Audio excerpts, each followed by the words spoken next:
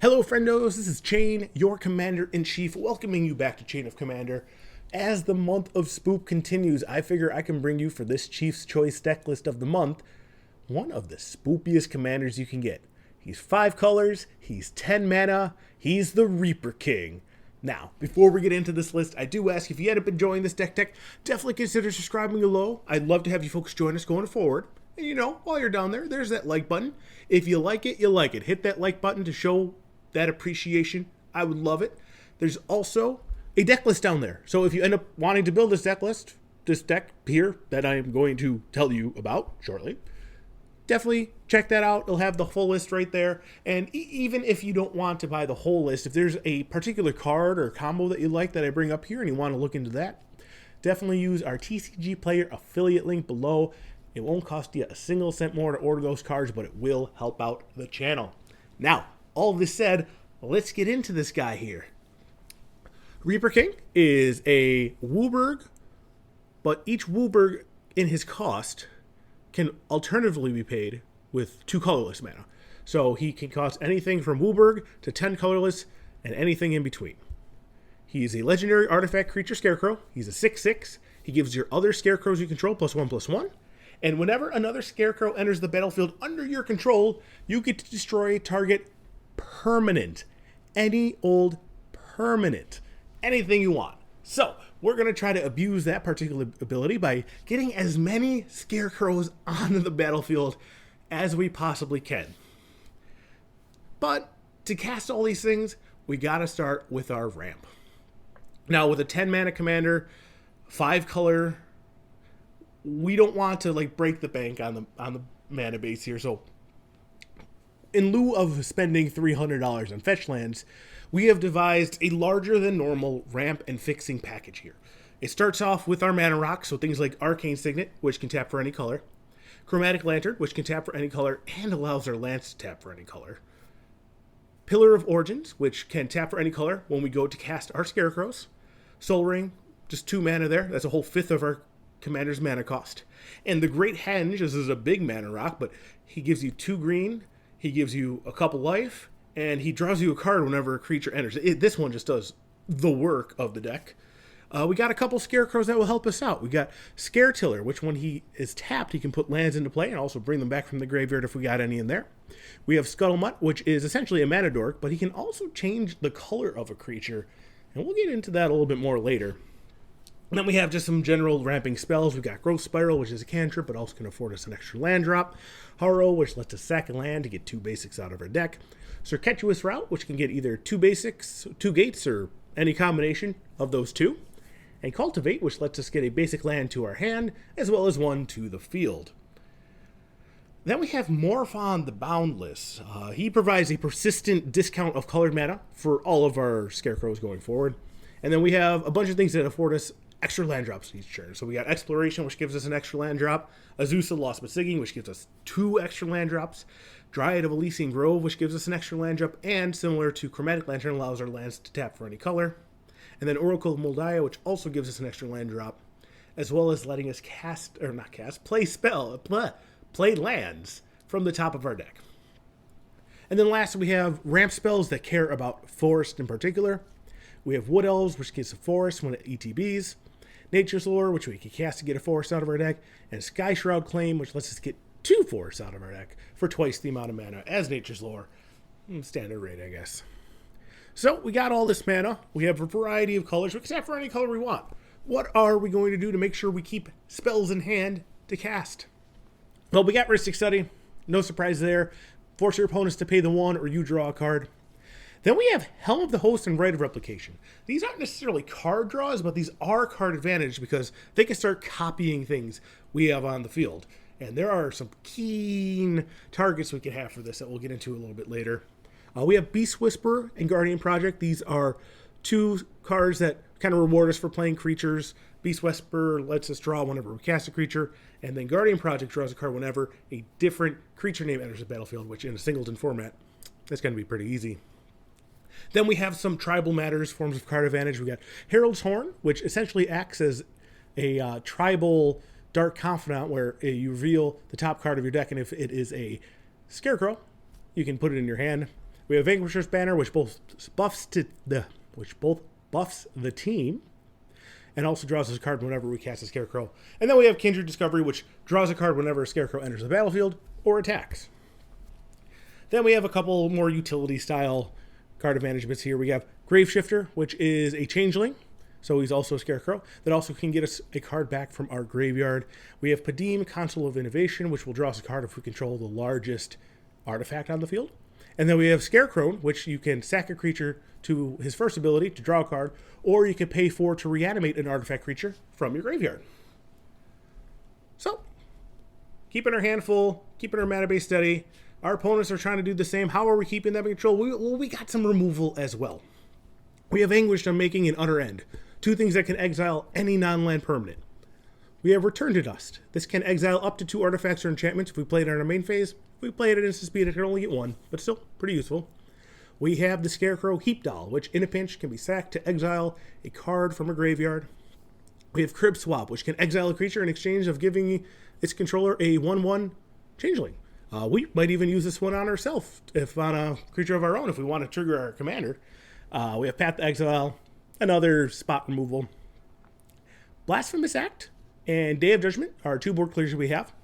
Blasphemous Act does it in damage. Day of Judgment just destroys everything. So that's how we kind of handle the board. But we also got to protect our board. In that regards, we have Heroic Intervention, reprinted in M21. It's super accessible now. Great tool to prevent our stuff from being destroyed. Gives it hexproof and indestructible. Unsettled Mariner is a changeling that makes things cost another additional generic mana for our stuff to be targeted. So it kind of taxes our opponent if they want to try to remove our stuff. Then we have 3 kind of similar effects here in Cauldron of Souls, Eerie Interlude, and Planar Guide. Now, Cauldron of Souls, he can give all of our creatures persist if we choose any amount of creatures. So if somebody tries casting a board wipe, we can give all our stuff persist, they'll die, and they'll come right back again. Eerie Interlude and Planar Guide, kind of the similar thing. If somebody tries casting our board, or like casting a board wipe, we can use these to exile all our stuff and then bring them back at the end to protect them. But now we kind of get into the meat and potatoes. I guess if we get into the pumpkins and hay of this particular deck, we're getting into the Scarecrows themselves. Now, our Scarecrows come in 2 flavor. They come in actual Scarecrows and little jelly beans who like to run around to pretend to be Scarecrows. So for our actual Scarecrows here, we have Jousting Dummy, which can be buffed. Metallic Mimic, which acts as a lord, lets all of our subsequent Scarecrows come in with 1/1 counters on them. One-Eyed Scarecrow, which can nerf flyers. Painter Servant, which can make all the permanents on the field, well, all the everything everywhere, a specific color of your choosing. Tatterkite, which can't have counters placed on it. Wildfield Scarecrow, which kind of just helps with mana fixing. He can be sacked to get some basics. Fang Skulkin gives a black thing Wither. He has an activated ability to give a black thing Wither. Jawbone Skulkin has an activated ability to give a red thing Haste. And Shell Skulkin has the activated ability to give a blue thing Shroud. So that's kind of wrapping up our actual Scarecrows. Now we get into the jelly beans running around pretending to be Scarecrows. These are our changelings, kind of filling the gaps because there's not too many Scarecrows out there in Magic right now. So we have Avian Changeling, it's just got flying. Changeling Outcast, can't block and can't be blocked. Irregular Cohort, he comes in with a friend, so 2 Changelings on 1 card. A Moboid Changeling either grants or removes creature types from target creature. We got some copy effects. We got Phyrexian Metamorph, which can copy something. Sakashima the Imposter, which copies something but can keep her own name. Spark Double, which comes as a copy of a creature or planeswalker, and it comes in with an extra 1/1 counter or loyalty counter, depending on what it is. Taurian Mauler, this is he just gets super big, super quick. He can be used as a big beater. Chameleon Colossus, another changeling that can just be used as a big beater. He has Pro Black. He can buff him, double up his tough power as many times as he can pay for it. And then Mirror Entity, which can actually buff our whole team and really win out of nowhere in some crazy situations. So those are all the spells. Now we just got to get to the mana base. 5-color deck that I'm trying to do on a modest budget. So, like I mentioned earlier, many of our ramp spells care about forest. So we really focused on forests that not only can ramp, but can also fix when they come in. So we have the 4 eligible shocklands: Breeding Pool, Overgrown Tomb, Stomping Ground, and Temple Garden. We have the 2 from Battle for Zendikar, Canopy Vista and Cinderglade. Then we have the 1-tap land from Amonkhet and Scattered Grove. We have 3 of those new triomes. So we got Indatha Triome, Ketria Triome, and Zagoth Triome. All can just be brought in. They're forests that can be tapped for 1 of 3 colors. Excellent fixing. And then we have Murmuring Bosk, the original fetchable tri-land. You got to reveal a tree folk to have it come in untapped. But all of our changelings are all creature types. So if we have a changeling in hand, we can use that to have it enter untapped. So it is an excellent piece of fixing in this particular deck. Then we have a circuitous route. So we do have a couple of gates. We have Selesnya Guild Gate and Sima Guild Gate, as well as Gateway Plaza. That's the one that you need to pay 1 when it enters to have it stay on the battlefield, but it can tap for any color, which is useful in a 5-color deck. Then we have some lands that just do some basic fetching. We have Fabled Passage, Crows and Verge, and Prismatic Vista. All can get us lands. Fabled Passage and Prismatic Vista will do a little bit more fixing. Crows and Verge can actually do a little bit of ramping and fixing at the same time. We have a handful of lands that tap for 5 colors. We got Ancient Ziggurat, Cascading Cataracts, and Command Tower. And then we wrap it up with our basics. We have 9 forests, 2 islands, 1 mountain, 2 plains, and 2 swamps. So all this together makes a deck list. But how do we play this deck? Well, there's a couple of key synergies that I kind of want to just bring to your attention. First is Morph On makes your commander free. So you can take 7 of any mana color, really, cast your Morph On, and then get your free commander. That's pretty much self-explanatory. And then we have Padim, who draws its card for the largest CMC artifact, on the field. Our commander's CMC is technically 10. It's the 2 colorless across the board. So we have CMC is 10. So as long as we control our commander, as long as we control Reaper King, Padim's likely going to be drawing us a card every turn. So if you got Padim, try to get your commander out as soon as you can. Now we get kind of into the more nitty-gritty synergies, the more fun stuff. Scuttlemutt and Painter Servant. These were the ones that can change the color of things. Scuttlemutt can change a thing until end of turn to any color. Painter Servant, 1-time effect as long as it's on the field to change everything to a color. But you may remember those Skulkins I was talking about earlier. Those were the Scarecrows that have activated abilities to give colored things a certain effect. You can use Scuttlemutt to change the color of something, and then use the Skulkins to grant that something an effect. So let's just say you just had a big old Scarecrow enter the battlefield, or Morphon enter the battlefield. He is a colorless creature. You can use Scuttlemutt to make it red, and then give it haste with the Skulkin. So, spell synergies like that. And then the copy effects. The copy effects are really nice in this deck because of our commander. Helm of the Host and Sakashima, these copy effects are even better because they produce non-legendary copies, copies that are not affected by the legend rule. Helm of the Host just produces non-legendary copies, so if we could get that on our commander, we're just making Reaper King after Reaper King after Reaper King, which will all trigger each other, which will all buff each other, which will all trigger when other Reapers or other Scarecrows come in. That one gets kind of crazy kind of quick if your opponents don't have an answer. But Sakashima, when she enters as a copy, but she keeps her name. So they're going to be different names. They won't be affected by the legend rule. So getting those on our commander just means we can start destroying so many more permanents so much quicker.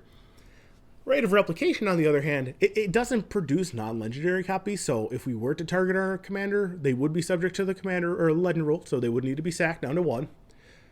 But if you control the Reaper King and you kick a Rate of Replication at a Reaper King to make 5 more Reaper Kings, you destroy 25 permanents, because the original Reaper King sees all 5 enter, and then each individual copy sees the other 4 enter. 25 permanents destroyed for 9 mana. That's the good stuff. That's what this deck's all about. There's also a couple other fun things you can do with your Reaper King here. Going back to those kind of protection spells, the Cauldron of Souls, the Eerie Interlude, stuff like that. Not only can they protect our team, we can also use them to kind of abuse the enter the battlefield triggers here by exiling our board, bringing it all back, having the Reaper King see everything enter again. Reaper King, if you exile along with these, it will see everything enter with it. So you get all those triggers. If somebody tries clearing the board and use Cauldron of Souls to give it persist, all your stuff dies. Everything comes back with a -1/-1 counter. Reaper King sees all those, sees them, just starts destroying things. It really puts your opponents in a very precarious situation where they can't really just clear your board to handle the situation if you could just bring everything back right away and destroy all their permanents. So, definitely adds a little bit of resilience to the deck here. Now, I want to hear from you folks, because I haven't run into a Reaper King deck in the wild yet, but I want to see how you folks build. Have any of you built a Reaper King deck? What did you like about it? What cards do you think are a must include in a Reaper King build? Definitely let me know in the comments below.